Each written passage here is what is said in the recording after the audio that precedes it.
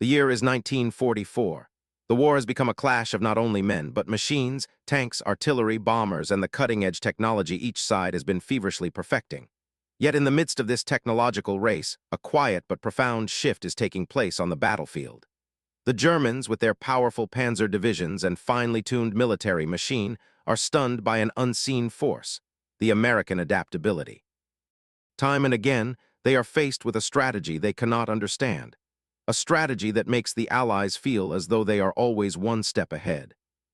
The shock is evident in the German high command. They cannot comprehend why their tactics, once so devastating, seem to falter at every turn. Their reliance on rigid, time-tested plans now appears less effective against an opponent who moves unpredictably, striking with speed and innovation. The Germans are used to control, to a war fought with precision, but the Americans are different.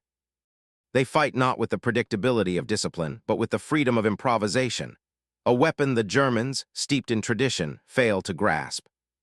In the face of this, the Americans embrace flexibility, thinking on their feet, adapting mid-battle. Whether it's through the use of deception, rapid repositioning, or unexpected attacks, their tactics create chaos in the German ranks. The machines are important, but it's the men, each thinking, reacting, and improvising, that make the difference.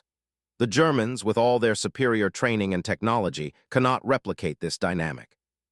And yet the real irony lies in the fact that the Germans, who are so obsessed with superior technology and experience, fail to recognize what truly sets the Americans apart. The Allies' success is not rooted in more advanced equipment or numbers. No, it's their ability to adapt and innovate in the heat of battle. As the Americans storm the beaches of Normandy, securing victory against all odds, the Germans are left to wonder, what is the secret to their success? The answer lies in a deceptively simple tactic, one that the German high command will overlook entirely. It is not the machines, not the tanks or planes, but the people who operate them and their willingness to break from tradition. What they fail to understand is that the future of war is not in the machines, but in the human mind. In the early days of 1942, the U.S. military found itself on the precipice of a new kind of warfare, one that would clash head-on with the rigid methodologies of the German high command. The American strategy, while appearing unorthodox, was rooted in a profound understanding of human dynamics and battlefield realities. It was a strategy based on flexibility, decentralization, and exploiting weaknesses rather than adhering to set patterns. As the war unfolded, the U.S. approach would rely on local commanders making decisions on the fly, shifting tactics in response to the ever-changing conditions of the battlefield. This autonomy, they believed, would become their strength. In contrast, the Germans, confident in their superior precision, discipline, and technological advantage, dismissed the American strategy as chaotic and ineffective. Their belief in the superiority of their advanced technology, their tanks, and their air power led them to underestimate the unpredictable nature of their opponents. In the eyes of German command, the Americans were disorganized, stumbling through battle without the clear guidance of their own high command. The Germans felt assured. The American approach, so at odds with their own methodical precision, would falter under pressure. But what the Germans failed to grasp was that what they viewed as disorderly was, in fact, the key to overcoming their own limitations.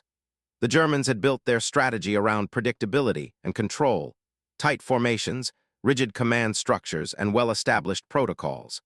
But this very predictability became their weakness when faced with an opponent willing to abandon convention and embrace fluidity. The American forces, rather than directly confronting the German juggernaut head-on, began to focus on exploiting the gaps, focusing on the weaknesses in German defenses where their command structure had no quick response. It was this innovative, decentralized approach that turned the tide. By emphasizing adaptability and the ability to respond swiftly to shifting circumstances, the U.S. forces were able to keep the Germans on the back foot. What the Germans had failed to see was that adaptability, the very thing they dismissed, would become their undoing. In the months that followed, as battles raged across North Africa and the Pacific, the U.S. would demonstrate the power of flexibility in ways the Germans could not have predicted. But the full impact of this new strategy was still to unfold. What the Germans didn't yet know was that the tides of war were about to shift in a way they could not prevent. By 1943, the landscape of war had shifted. What was once a battle of brute force and rigid strategies was beginning to evolve. As the Allies tightened their coordination, something unexpected began to happen. The U.S. forces, often dismissed as unpredictable, began to make startling advances. German defenses, built on elaborate fortifications and the assumption of control, struggled to adapt to the speed and fluidity of the American approach. The Germans, for all their technological superiority and experience, found themselves increasingly baffled by the agility of their opponents. While the Germans remained rooted in a traditional method of warfare, carefully planned, predictable maneuvers, the Americans embraced the chaotic reality of war. The U.S. military thrived in the ever-changing conditions of battle, able to shift tactics on the fly. Where the Germans placed their faith in defense lines and predefined strategies, the Americans understood that the true key to success lay in the ability to respond swiftly and decisively to changing circumstances. They did not need to predict the enemy's next move. They could create the conditions for the enemy to misstep. To the German high command, this behavior appeared as disorder, a random, unorganized force charging forward without any coherent plan. They were wrong. The Americans' tactics were anything but random. What appeared to be disarray was, in fact, a well-thought-out use of unpredictability. The U.S. forces were using feints, deception, and surprise attacks, practices that the Germans had long dismissed as too crude for serious warfare. The Germans could not fathom that such tactics could be anything more than a minor distraction. But to the Americans, they were key to keeping the enemy off balance and forcing them into reactive positions. The culmination of this approach came at the Battle of the Bulge, where the Germans were caught completely off guard. Their highly anticipated counteroffensive faltered as U.S. tactics confounded their expectations. What they had assumed was disorder was, in fact, a deliberate and calculated strategy. The Germans, with all their precision and fortifications, failed to anticipate the power of deception and flexibility in combat. They had underestimated what the Allies had mastered, the ability to act swiftly, adapt, and above all, deceive. The German high command had been blind to the true strength of their opponents. In the coming months, this crucial error would begin to tilt the scales of war. And yet, even then, the full impact of this shift would not be fully realized until the very end. By the fall of 1944, the German high command believed they had mastered the art of defense. Their advanced fortifications, like the infamous Atlantic Wall, stretched along the coasts of Western Europe, fortified by entrenched positions and bolstered by superior firepower. The Germans were confident that their strategic depth would hold the Allies at bay. They believed their traditional methods, meticulous planning, decisive firepower, and well-coordinated counterattacks, were sufficient to repel any force. After all, these tactics had worked for years. The Allies, they assumed, would falter before the might of their defenses. But the Allies were about to rewrite the script. With each new offensive, the U.S. forces demonstrated something the Germans hadn't anticipated: speed, adaptability, and sheer unpredictability. American forces refused to conform to the expected patterns of battle. Their attacks were not bound by rigid plans or predictable movements, but by the instinct to exploit weaknesses wherever they appeared. This new kind of warfare challenged the German belief that their elaborate fortifications and structured tactics could guarantee victory. For every defense the Germans had meticulously constructed, the Americans found a way around it, a flaw to exploit. The Germans, unable to react with the same agility, were increasingly on the defensive. At first, the German high command dismissed these early signs as isolated incidents. The Americans, they reasoned, would eventually tire of their unorthodox tactics. The Germans held firm to the belief that conventional warfare, fortresses, firepower, and precision, would inevitably prevail. They could not fathom that the Allied success was not a fluke or a passing phase. Rather, it was the result of an entirely new way of thinking. The irony lay in the fact that the Germans had constructed a battlefield model that demanded the enemy play by their rules, a script they knew all too well. But the Americans were not following that script. They were writing a new one.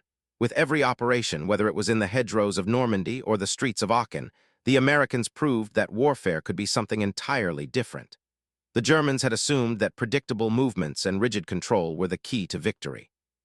But the Allies had embraced chaos, fluidity, and improvisation. It wasn't long before the tourney. Point came. The success of the U.S. forces in smaller-scale engagements began to suggest that their tactical flexibility was not just a temporary advantage. It was reshaping the very nature of warfare. What the Germans had initially regarded as disorder and confusion now became a sign of strategic brilliance, the ability to improvise, to adapt in real time, and to create opportunities in places where they had not even thought to look. By late 1944, the revelation was undeniable. What the Germans had dismissed as chaos was, in fact, a calculated and lethal form of warfare, one that would soon leave their once impenetrable defenses in ruins. But what the German High Command still could not see was that the true battle was not for territory or fortifications. It was for the future of war itself. By 1944, the German High Command had come to a clear conclusion. Victory lay in overwhelming force. Their strategy was rooted in massed attacks, powerful defenses, and the belief that sheer strength, both in numbers and firepower, would be enough to break the enemy. The Germans had built their war machine around precision and power, believing that crushing assaults and impenetrable defensive lines would force their opponents to surrender or be obliterated. For them, this was the only way to win. It was an approach that had worked before, and they had little reason to doubt it would work again. But as the Allies pressed their assault across Western Europe, they quickly demonstrated a different approach. American forces, though often outnumbered and under-equipped, relied on speed, surprise, and the constant shifting of their tactics. They struck where the Germans least expected, exploiting weaknesses in their lines with the agility of a force unbound by tradition. The Germans, for all their might, found themselves struggling to respond, unable to adjust to the fluid and unpredictable nature of the American advance. The U.S. forces did not conform to the script the Germans had written for war. Where the Germans relied on massive attacks at fixed points, the Americans moved swiftly, evading the enemy's grasp and shifting the point of attack before the Germans could adapt. The irony of this situation was unmistakable. The very rigidity of the German command structure, with its strict hierarchy and carefully orchestrated plans, hindered their ability to respond effectively to the American tactics. The Germans had become prisoners of their own strategies. They were used to controlling the battlefield, to knowing where and when the enemy would strike. But the Americans, guided by a more flexible and decentralized command structure, were able to keep the Germans off balance. They were constantly changing their point of attack, forcing the Germans into reactive positions, unable to dictate the flow of battle. A crucial turning point came during the Battle of Saint-Lô, a pivotal moment in the Normandy campaign. The breakthrough at Saint-Lô was not the result of superior firepower or overwhelming force. It was the product of American ingenuity. Through skillful maneuvering, the Allies broke through the German lines, revealing that victory could be achieved not through brute strength, but through intelligence, flexibility, and a willingness to adapt. This victory marked a fundamental shift in the understanding of warfare. The Germans, who had placed so much faith in their formidable firepower, now faced an enemy that was outsmarting them at every turn. The revelation was clear. The key to defeating the Germans was not overwhelming them with superior strength, but outmaneuvering them with flexibility and adaptability. The U.S. Army had found the secret to overcoming the German war machine. It was not about brute force. It was about using one's mind, adapting to every challenge, and striking when the enemy was least prepared. The Germans, in their arrogance, had underestimated the power of adaptability, and it was this oversight that would ultimately bring them to their downfall. But as the Allies advanced, a new challenge loomed on the horizon. Would their flexibility be enough to overcome the looming threat of a last-ditch German effort to regain the initiative? The answer, still unknown, would soon unfold in the battles to come. By the close of 1944, the German High Command found itself increasingly perplexed. What had once seemed like a predictable conflict, with clear front lines and orderly engagements, was rapidly evolving into something unrecognizable. The Allies, particularly the Americans, had adopted a new kind of warfare, one that defied all the rigid rules the Germans had built their strategy around. What had once been a clash of force and discipline now seemed to be a game of shadows and deception. The Germans believed they were facing a traditional enemy, one they could defeat with their tried-and-tested methods: powerful tanks, massive artillery, and precise strikes. Yet time and again, they found themselves blindsided by the speed and unpredictability of American tactics. The Allies, particularly in the months following D-Day, had become experts at exploiting gaps in German defenses. Rather than confronting the enemy head-on, the Americans moved with uncanny agility, striking where the Germans least expected. It was as if the very nature of warfare itself had shifted. The Americans did not conform to the rules of engagement that the Germans had relied on for so long. Instead, they adapted to the terrain, the situation, and the weaknesses in the German lines, constantly moving, constantly shifting. Each new American attack was a step further away from the type of warfare the Germans had grown accustomed to. The result was a battlefield where the Germans were perpetually forced to adapt to the Americans, rather than the other way around. The irony was that the Germans simply could not comprehend the new American approach. They had long believed that warfare was a disciplined art, governed by strategy and predictability. The idea that war could be won through adaptability, through constant change, was foreign to them. Their military system was built on precision, on coordination, and on a clear hierarchy of command. In this world, there was little room for improvisation or rapid shifts in strategy. To the German commanders, the fluid tactics of the Allies seemed unprofessional, even reckless.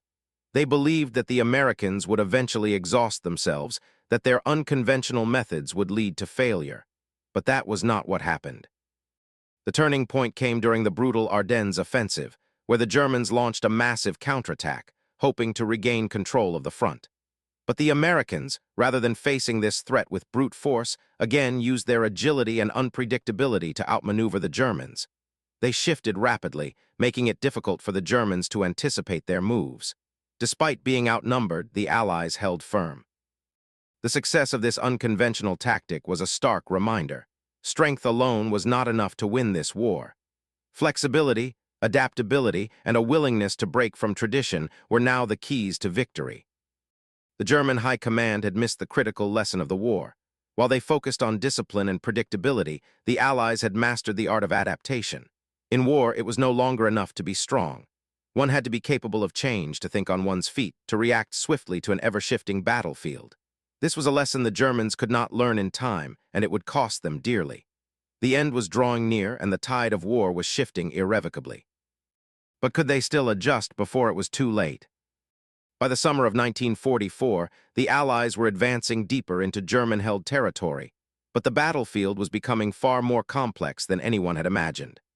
While German forces relied heavily on their formidable defenses, imposing fortifications, entrenched artillery positions, and massed infantry, the Americans found an unconventional advantage: deception. With every step forward, the U.S. forces were not only engaging in direct combat, but also in a battle of misdirection, creating confusion and uncertainty in the German ranks. What the Germans saw as feints, half-hearted attacks, were in reality the opening moves in much larger, unexpected engagements. The art of deception became central to the American strategy, a tool that the Germans struggled to understand. From false radio transmissions to mock invasions, the U.S. military mastered the subtle art of misleading their opponents. The goal was simple yet brilliant: misdirect the enemy into believing the main Allied assault would come from one location, only to strike at another. At times, it seemed as if the Americans were playing a game of smoke and mirrors, but the impact was devastating.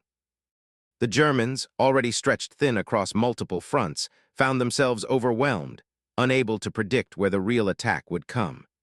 Every false move made by the Allies shifted German resources, stretched their lines even thinner, and left them vulnerable.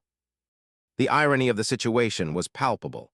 What the Germans believed were mere distractions or diversionary tactics were, in fact, the precursor to full-scale operations. The feints, which they initially dismissed as unimportant, often led to real engagements, leaving the Germans unprepared and scattered. This dynamic created a situation where the Germans were forced into a constant state of reaction, reacting not just to the real threats, but also to the feints that were leading them further into confusion. The more the Allies used this tactic, the more effective it became, and the more it eroded German confidence. The turning point came with the success of the D-Day landings in Normandy. The elaborate deception surrounding the landings, most notably the creation of a phantom army in the south of England, left the Germans utterly surprised. They were convinced that the Allies would land at Pas-de-Calais, the narrowest point between England and France, and had fortified the area accordingly. But the real invasion came at Normandy, catching the Germans completely off guard. This misdirection was not only a brilliant military maneuver, but a signal of how warfare was changing. No longer just about firepower, but about how well one could control the battlefield through misinformation. The Allies had created a new type of warfare, one that exploited not just the enemy's weaknesses, but their perceptions. The success of these deceptive operations caused a profound shift in the war. The Germans found themselves caught in a never-ending cycle of responding to Allied misdirection, unable to identify the true threat until it was too late. The result was a series of victories, often with minimal casualties, that allowed the Allies to gain crucial ground. While the Germans had focused on defending physical terrain, the Allies had shifted their focus to controlling the psychological battlefield. The Germans were no longer just fighting soldiers. They were fighting an invisible army, one that could strike without warning and vanish just as quickly. And yet, despite the overwhelming success of these tactics, they were often met with skepticism and disdain. Deception had long been considered an unrefined tactic, even dishonorable in the eyes of some. But in the brutal theater of war, where the stakes were nothing short of life and death, the Allied forces understood that the ability to mislead and outwit the enemy could be just as valuable as brute force. What had been dismissed as underhanded soon became one of the most effective tools in their arsenal. The Allies had found a way to fight a war without ever firing a shot, and it was working. As the Allies pressed deeper into Germany, the Germans were left to wonder. How much longer could they keep up with the ever-changing strategies of an enemy they could no longer predict? What they didn't realize was that the very tactic they once mocked was about to deal them one of their most crushing blows. The war, it seemed, had just become a far more elusive and unpredictable enemy. By mid-1944, the Allied forces had learned a critical lesson on the battlefield, one that would change the course of the war. As the U.S. military pressed forward, fighting their way across Italy and into France, it became increasingly clear that speed and adaptability were just as vital as firepower and numbers. While the Germans remained fixated on their traditional, slow-moving tactics, attacks that adhered to strict lines and well-planned operations, the Americans demonstrated the power of flexibility. Instead of relying on predictability, the U.S. military adapted their approach based on battlefield conditions, adjusting to new threats and seizing emerging opportunities with remarkable speed. Every change in terrain, every shift in the German lines, was met with an immediate, calculated response. The Allies didn't wait for the enemy to make a move. They dictated the pace of the conflict. The contrast was striking. The Germans, accustomed to slow, deliberate operations, found themselves increasingly outpaced. Their plans, formed months in advance, began to crumble under the weight of Allied unpredictability. While the Germans relied on fortified positions and rigid formations, the Americans used the very terrain they fought on as an advantage. The U.S. forces understood that every battle wasn't just about winning. It was about seizing the initiative, controlling the rhythm of the fight, and adapting to whatever the enemy might throw at them. This ability to respond to a rapidly changing battlefield with intelligence and speed became their greatest strength. The Germans, for all their technological superiority and precision, could not keep up with the fluid nature of the American tactics. The irony of the situation was that what the Germans saw as chaos, as disorganized movement, was, in reality, a brilliant display of battlefield intelligence. To the Germans, the American approach must have seemed unpredictable, even reckless. But what they failed to recognize was that every seemingly chaotic action was backed by a tactical understanding of the enemy's weaknesses. The U.S. military was not simply reacting to events. They were thinking ahead, anticipating the next move, and adapting faster than their German counterparts could respond. This kind of flexibility was an innovation in itself, a strategic leap forward. While the Germans continued to rely on their established doctrine, the Allies proved that the key to victory wasn't in overwhelming force, but in outthinking the enemy at every turn. The turning point came with the success of American operations in Italy and France. Battles like the breakout from Normandy and the push through the Italian peninsula showcased that the U.S. forces were not simply relying on brute force to win. They were using their minds. In Italy, American forces faced a stubborn German defense, yet their ability to change tactics on the fly allowed them to make rapid breakthroughs. In France, the swift exploitation of gaps in German defenses during the Normandy landings had already set the stage for success. The Allies, instead of following the rigid strategies of their opponents, were free to adapt and innovate. The result was victories achieved not by sheer strength, but by speed, intelligence, and adaptability, qualities the Germans had underestimated. For the German High Command, the inability to adapt was becoming apparent. Their insistence on sticking to traditional tactics in a rapidly changing world was their undoing. While the U.S. forces learned to think and act faster, the Germans found themselves trapped by their own adherence to outdated methods. Each day spent clinging to their rigid tactics made it harder to react to the evolving nature of warfare. The Germans were losing the ability to shift and respond quickly to the American advances. The realization had not yet fully dawned on them. The nature of war had changed, and the key to winning was no longer simply overwhelming the enemy with force. It was outthinking them, moving faster and adapting on the fly. The result was clear. The U.S. military, through its ability to think and adapt faster than its enemy, began to dominate the battlefield. The speed of thought had become a new weapon, one that allowed the Allies to shape the war in ways the Germans could no longer anticipate. But as the Allies pressed forward, they would soon face a new challenge. The Germans, desperate and cornered, would have to find a way to break free of their own limitations. But could they? Or had their failure to adapt sealed their fate? By late 1944, the war was in full momentum, and the Allies were beginning to unravel the German war machine piece by piece. Despite the Germans' advantage in firepower, advanced technology, and fortified positions, they were being outflanked time and again by a force that was more agile and capable of adapting to the ever-changing battlefield. The Americans, whose strategy had evolved throughout the war, understood that it was not sheer force that would win the war, but the ability to recognize and exploit moments of weakness. While the Germans held on to their belief that overwhelming firepower and defense would suffice, the Americans knew better. Victory lay in identifying and striking at the gaps in the German defenses. For the Germans, the strategy of holding firm in strong, static positions had long been their cornerstone. Their elaborate defenses, from the formidable Atlantic Wall to the vast network of bunkers and trenches that stretched across Europe, were meant to absorb enemy pressure. They relied on creating strong points and defended zones where they could repel attacks with superior weapons and well-trained soldiers. Yet despite this seemingly impenetrable array of defenses, the Americans kept finding ways through, ways to outmaneuver, outthink, and ultimately exploit the very fortifications the Germans believed would keep them safe. The speed of American attacks, coupled with their ability to think on their feet, gave them the upper hand. What the Germans thought would be an obstacle became an opportunity for the Allies. The irony of this situation was that while the Germans had every technological advantage, they could not adapt to the shifting nature of warfare. The Allies, on the other hand, had learned to move quickly and decisively. The Germans, with all their might, were constantly forced to react. It was not the brute force of the American offensive that was winning battles. It was the ability to exploit vulnerability, to find weaknesses in the most unlikely places, and strike before the enemy could regroup.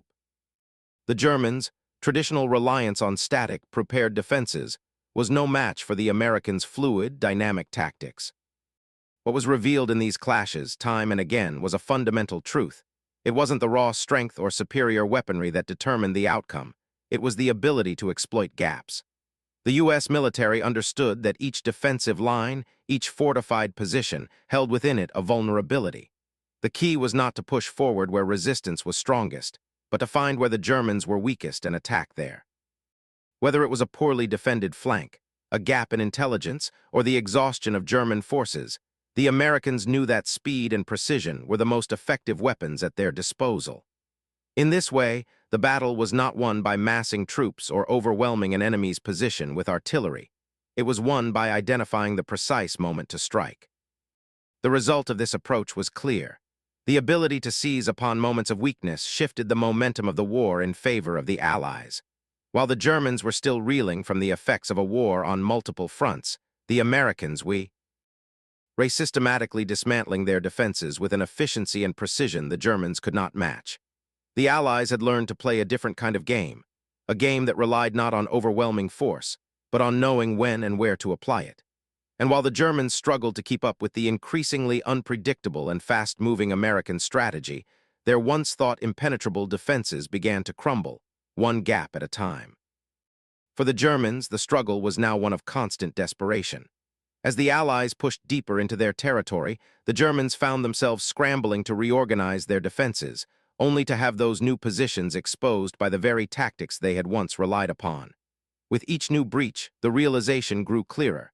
The Allies were not just stronger in numbers or technology, they had outsmarted them. And with each weakness that was uncovered, the Germans' hopes of a successful defense began to fade. The war was no longer about holding lines or holding territory. It was about survival in the face of a relentless, adaptable enemy.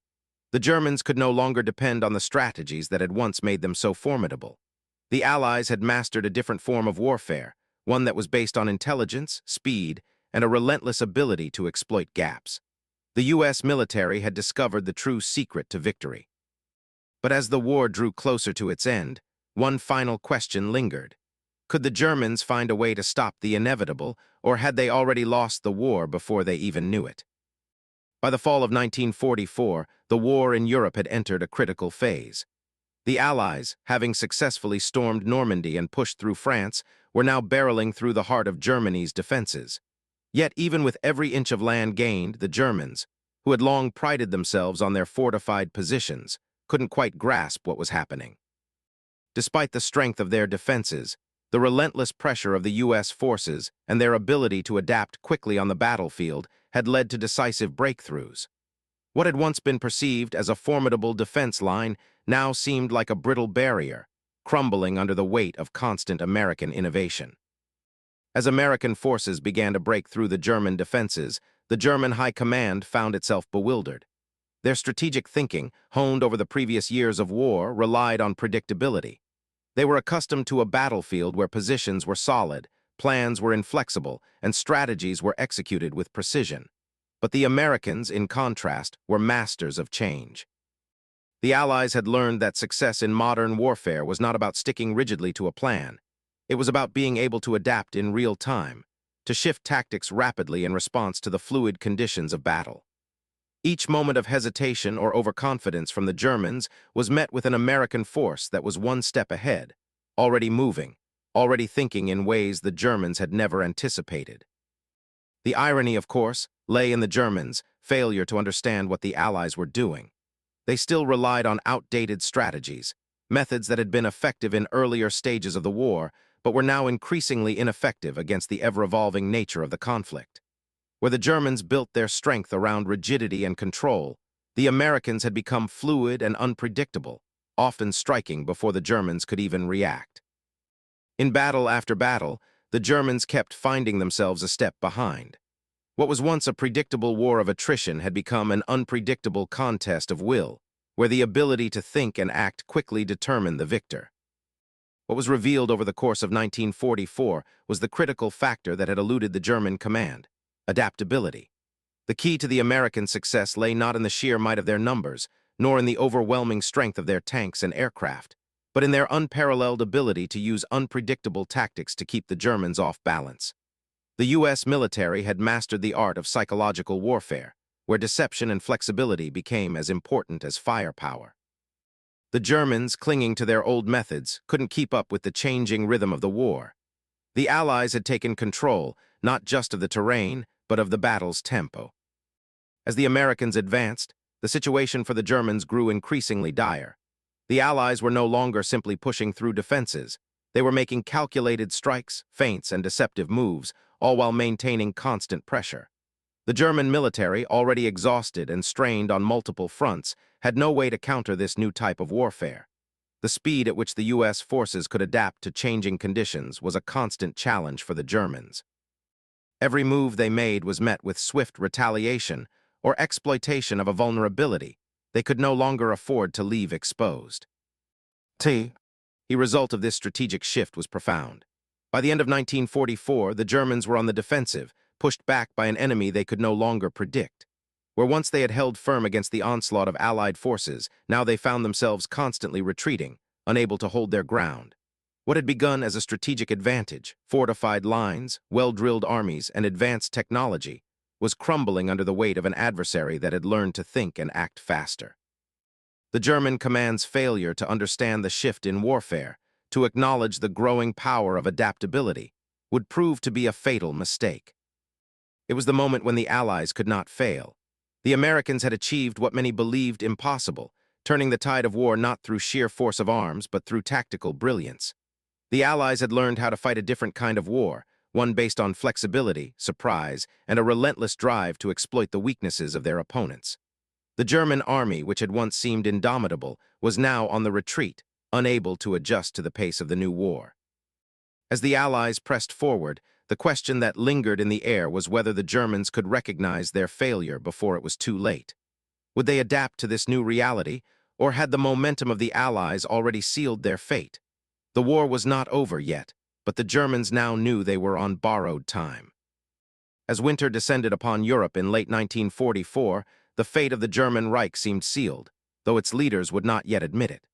The Allies, now fully attuned to the advantages of flexibility, pressed forward with relentless determination. Having spent the past year evolving their tactics, adapting to the changing nature of the battlefield, they were no longer simply a force of massed soldiers and superior numbers. Instead, they were a force of unpredictability, attacking not just with firepower but with a mind that could pivot with every shift in the wind. The Germans, meanwhile, were scrambling to regroup. They had been pushed back on multiple fronts, and their once-proud military machine was now showing signs of disarray. What had once been an unstoppable juggernaut was now struggling to keep pace with an enemy that seemed to anticipate their every move. The irony of this situation was profound. The German military, which had once been the most powerful force in Europe, was now completely disoriented. For all their advanced technology, their carefully constructed defenses, and their skilled troops, they found themselves repeatedly caught off guard by the unorthodox tactics of the Americans. What had once been a war fought on predictable terms was now a battlefield full of surprises, and the Germans were being forced to respond to moves they did not understand. The rigid military hierarchy and doctrines that had once served them so well now felt like shackles.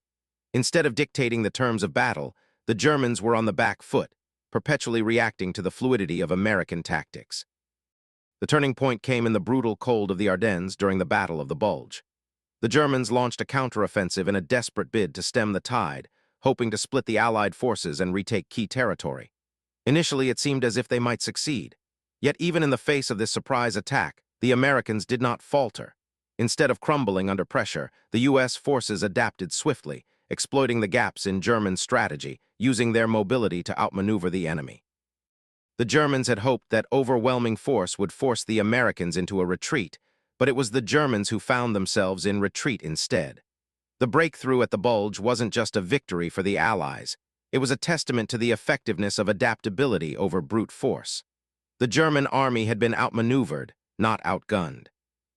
This moment was the culmination of a longer process of revelation.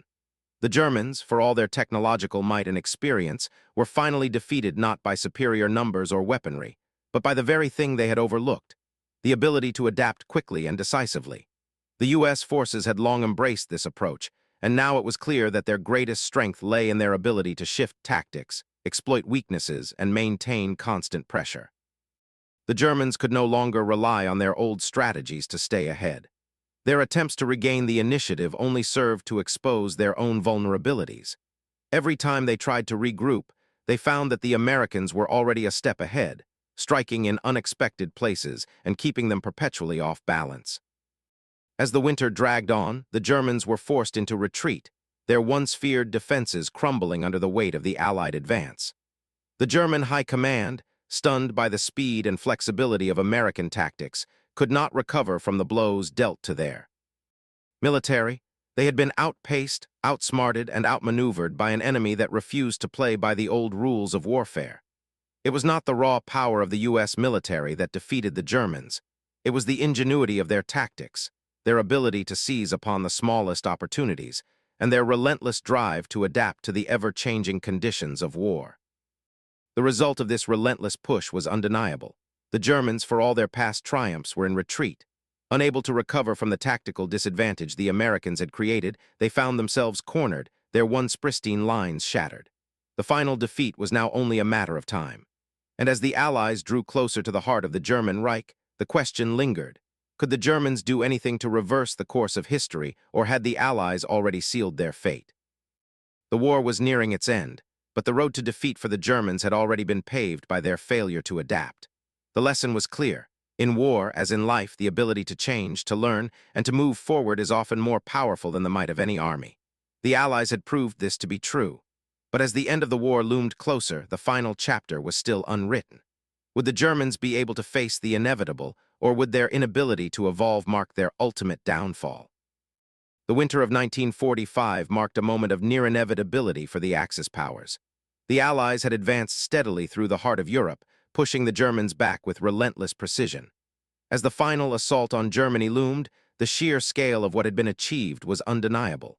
Victory was within reach, but the last push was never certain, and it would require more than firepower alone. The key to success was the same strategy that had brought the Allies this far: the ability to adapt, to move swiftly, and to outthink their opponent. The turning point of this final phase of the war had come long before the first tank rumbled into Germany's borders. It had come in the smaller, seemingly insignificant victories, the rapid maneuvers, the feints, the constant shifting of the battlefield that kept the German high command perpetually reacting.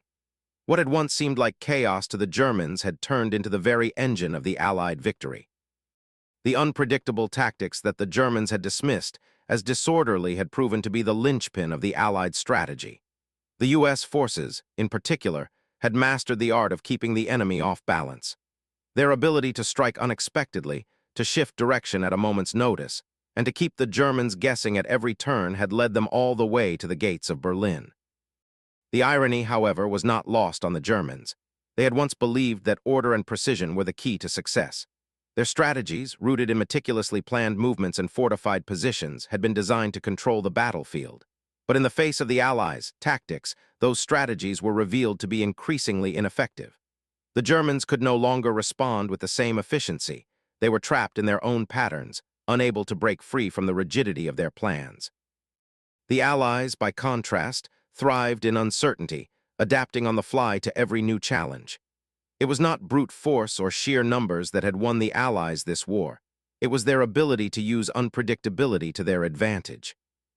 As the Allies advanced into the heart of Germany, it became clear that the Germans had failed to adjust to the new reality of modern warfare. The relentless pace at which the Allies adapted to each shift in the battlefield left the Germans reeling. Tanks, artillery, and advanced technology had their place, but it was the speed of thought, the ability to rapidly assess a situation and pivot accordingly, that determined the outcome. The Germans could no longer react fast enough. Their once formidable forces, now stretched thin and disorganized, could not keep up with the constantly evolving tactics of the Allies. Where the Germans once had the initiative, they now found themselves chasing shadows, always a step behind. The final victory, the one that would seal the fate of Nazi Germany, was not merely the product of larger armies or stronger weapons. It was the result of a shift in the very nature of warfare. The Allies had learned to think faster, to adapt more swiftly, and to keep their adversary guessing. This new approach, one born from the lessons of earlier battles, had now become their ultimate weapon. It was a weapon the Germans could not comprehend, let alone counter. While German generals clung to their old strategies, the Allies moved forward with a new kind of warfare, one that was as fluid and unpredictable as the battlefields themselves. And so, as the final convoys of Allied forces began to close in on Germany, the result was inevitable. The German forces were outmatched, not by the number of tanks or artillery shells, but by the relentless agility of their opponents. The last-ditch efforts to hold the line fell apart as the Allies exploited every gap, every weakness. The war that had once seemed like an unstoppable force in favor of the Germans was now unmistakably in the hands of those who had mastered the art of adaptation. The Germans had failed to understand that the future of warfare was not about domination by firepower, but by adaptability, the ability to adjust quickly to changing circumstances, to surprise, to outmaneuver. The question remained: with their backs to the wall, was there any way for Germany to reverse its fate? Would a last-ditch effort to rally forces turn the tide, or had the Allies' relentless, unpredictable approach already sealed their victory? The final days of the Third Reich were now inevitable, but how soon would the world see its fall? When the Second World War came to its conclusion, the world looked at the Allies' victory with a sense of relief and triumph. The fall of Nazi Germany marked the end of a brutal chapter in human history. Yet, even as victory parades took place and soldiers returned home, the true nature of the Allied success remained largely overlooked. History would remember the victories, the heroic moments, and the leaders, but what often went uncelebrated was the core reason behind that triumph: the ability to adapt. The United States and its allies had succeeded not merely by force of arms, but by their ability to shift tactics, exploit opportunities, and innovate in real time. This flexibility, which had been crucial in turning the tide of battle, would shape the future of warfare in ways that were only fully appreciated in hindsight. The moral irony of this victory is striking. For all the accolades bestowed upon the Allied forces, their tanks, their soldiers, their air power, it was not sheer strength that won the war. Instead, the Germans, who had long been the undisputed masters of military strategy, fell because they could not adapt. Their reliance on rigid, predetermined plans, designed for a war that never came, led to their ultimate downfall. They had the strength, the technology, and the experience to win, but they were shackled by their inability to change. The Allies, on the other hand, understood that war was an unpredictable, dynamic environment. They recognized that the only constant on the battlefield was change. The Germans, too inflexible to embrace this reality, were left behind, unable to cope with the rapidly evolving nature of the conflict. What is often overlooked in recounting the war's greatest victories is that it was not just soldiers or generals who determined the outcome. It was the ability to innovate.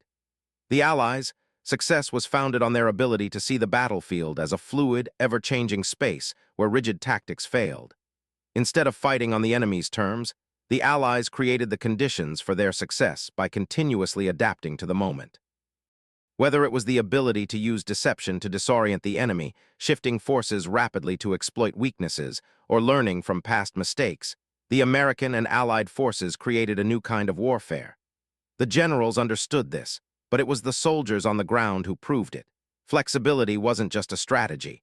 It was a mindset that permeated every level of command. The ability to adjust on the fly, to think under pressure, and to react faster than the enemy was what ultimately made the difference. By the war's end, the legacy of this adaptability began to take shape. The Allies, particularly the US, had reshaped military doctrine, and their methods would influence armies across the world in the decades to come. Military leaders began to embrace the idea that success in war would not come from sheer firepower or overwhelming numbers, but from the ability to adapt, to evolve, and to learn. The war had revealed that the real turning point had come not in the form of large-scale battles, but in the small shifts, the subtle changes in tactics that had given the Allies the upper hand. The Germans, for all their might, had failed to recognize that adaptability, speed, innovation, and the capacity to adjust to an ever-shifting battlefield was as crucial as any weapon. And so, as the Allies celebrated their victory, the true moral reflection began to emerge. The Germans had lost because they couldn't keep up with the speed of change. The war had changed beneath their feet, and they were unwilling or unable to adapt. On the other hand, the Allies had won because they could. They had learned from their failures, quickly adjusted their strategies, and met each challenge with the flexibility needed to turn the tide. The true triumph of the Allies was not their superior strength, but their ability to embrace the future of warfare, one where speed, adaptability, and constant innovation would be as important as any bomb, tank, or aircraft. In the end, the Allies' Edist legacy wasn't their technological superiority or the battlefield victories. They were merely the consequences of the real victory, the understanding that to win in war, you must first learn how to adapt. But what the world didn't know was that this new model for warfare would soon be tested again, in wars that had yet to be fought. What the Allies had created, through innovation and adaptability, would shape the very nature of conflict in the coming decades. Could other nations learn this lesson, or would history repeat itself? As the war drew to its inevitable close in 1945, the engines of combat slowly fell silent. The world, relieved and scarred, looked towards a new future, one that was still being shaped by the devastation of the past. The Allies had emerged victorious, but the true nature of their success was often overshadowed by the more tangible, visible elements of the conflict: tanks roaring across fields, bombers soaring overhead, and artillery pounding the earth. History would praise these symbols of strength, yet the real key to Allied triumph was far more subtle. It lay not in the firepower they unleashed, but in their ability to adapt, to think on their feet, and to exploit weaknesses in the enemy's defenses. The moral irony of this reality was striking. Tanks, bombers, and artillery were the tangible markers of war, easy to measure, easy to see, and easy to memorialize. But the tactical flexibility that allowed the Allies to exploit the German vulnerabilities, to shift in response to changing conditions, was an innovation that remained largely underappreciated in the aftermath of the war. The Allies' success in Europe, at its core, had been built not on the strength of their weapons, but on their ability to continuously innovate and adapt to the battlefield in ways that were often invisible to the public eye. And yet, as history would soon prove, it was this very adaptability, the ability to change tactics, to think on the move, and to outsmart the enemy, that had been the deciding factor in the war. It was the real turning point, the strategic innovation that would influence military doctrine for generations to come. The revelation, however, was lost on many. The generals who took credit for victory often failed to acknowledge the true engine behind their success, the soldiers, officers, and commanders who adapted in real time.